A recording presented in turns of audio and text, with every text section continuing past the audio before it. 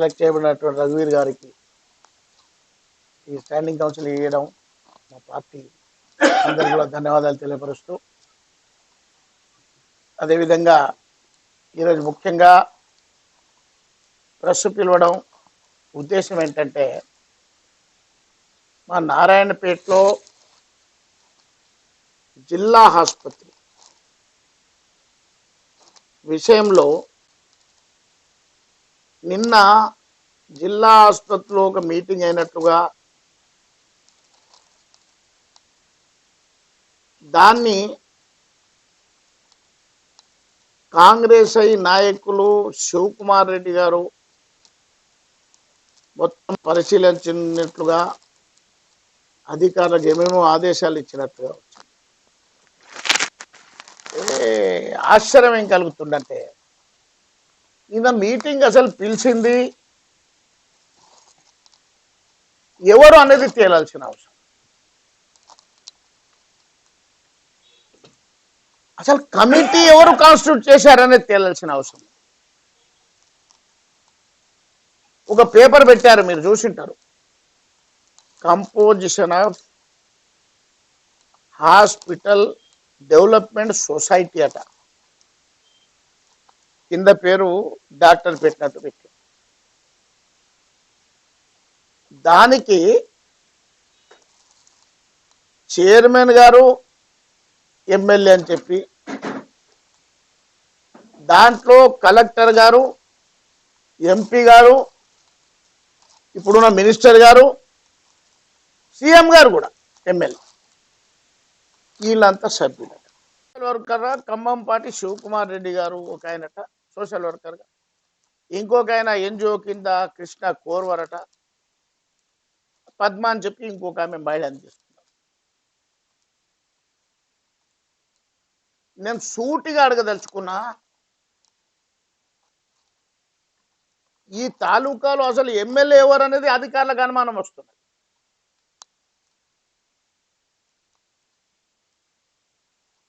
ఎమ్మెల్యేగా పర్ణికారెడ్డి గారు నడుపుతున్నారా, లేకుంటే శివకుమార్ రెడ్డి గారు నడుపుతున్నారా, లేకుంటే ఆ చిట్టెం ఏం పేరైనా మాధవ్ రెడ్డి నడుపుతున్నారా? నారాయణపేట నియోజకవర్గంలో పిల్లల పోరాటం అవుతున్నది. అన్ని ఆఫీసులన్నీ కూడా వ్యవస్థ నాశనం అయిపోయింది. నేను అడుగుతున్నా, ఎంపీ గారు లేకుండా, కలెక్టర్ గారు లేకుండా, మంత్రి లేకుండా ఎట్లా మీటింగ్ జరిగింది? ఎవరు పిలిచిండు meeting? Who call the meeting? Election వస్తుంటే హాస్పిటల్ అంటే మీ అప్ప జాగిరి అనుకుంటున్నారా, లేకుంటే కాంగ్రెస్ ఇవ్వలేదు అనుకుంటున్నారా? 66 కోట్ల రూపాయలు కేంద్ర ప్రభుత్వం ఇచ్చి కట్టించిన బిల్డింగ్. కేంద్ర ప్రభుత్వం ఈరోజు నిధులు ఇవ్వకుంటే పుట్టగతులు లేవు.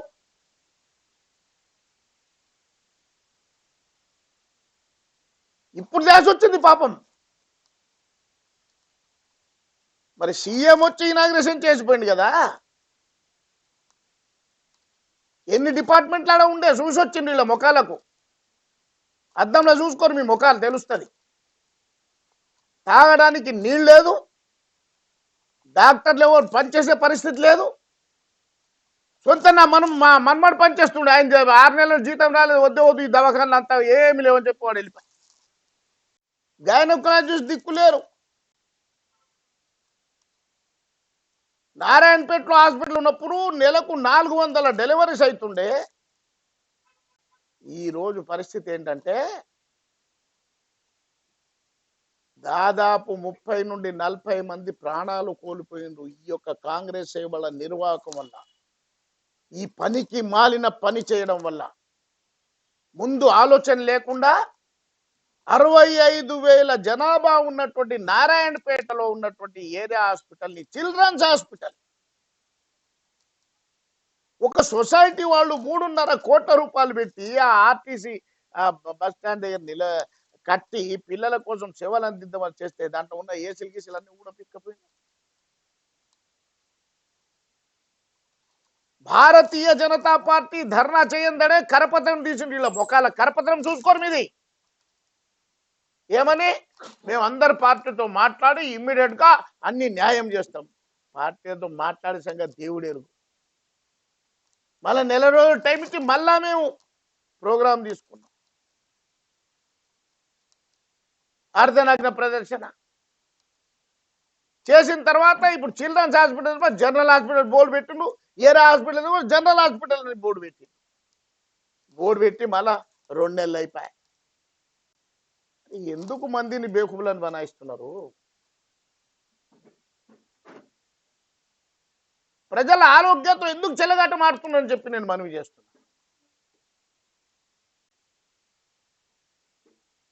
ఇక్కడ నుండి ఆడ పేషెంట్ తీసుకొని పోతే రెఫర్ టు మై. ఈరోజు పరిస్థితి ఏమైందంటే తిప్రస్పల్లి, ఒబలాపూరు ఇవన్నీ ఏరియాలన్నీ కూడా గ్రామాల వాళ్ళందరూ కూడా మక్తల్ హాస్పిటల్ పోయే పరిస్థితి వచ్చింది.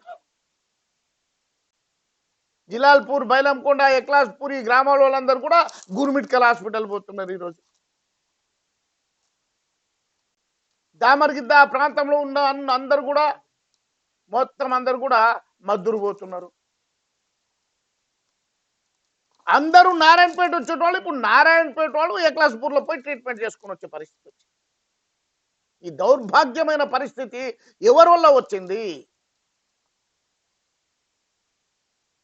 తెలుగులో ఫాస్టెస్ట్ న్యూస్ ఇప్పుడు కొత్త అవతారంలో 5 సెకండ్లోనే పూర్తి వార్తా సమాచారం మీ చేతిలో. సోషల్ మీడియా ట్రెండ్స్ మీ కళ్ళ ముందుకే live TV and voice search options తో ఇప్పుడే డౌన్లోడ్ చేయండి. యాప్ లింక్ డిస్క్రిప్షన్లో ఉంది.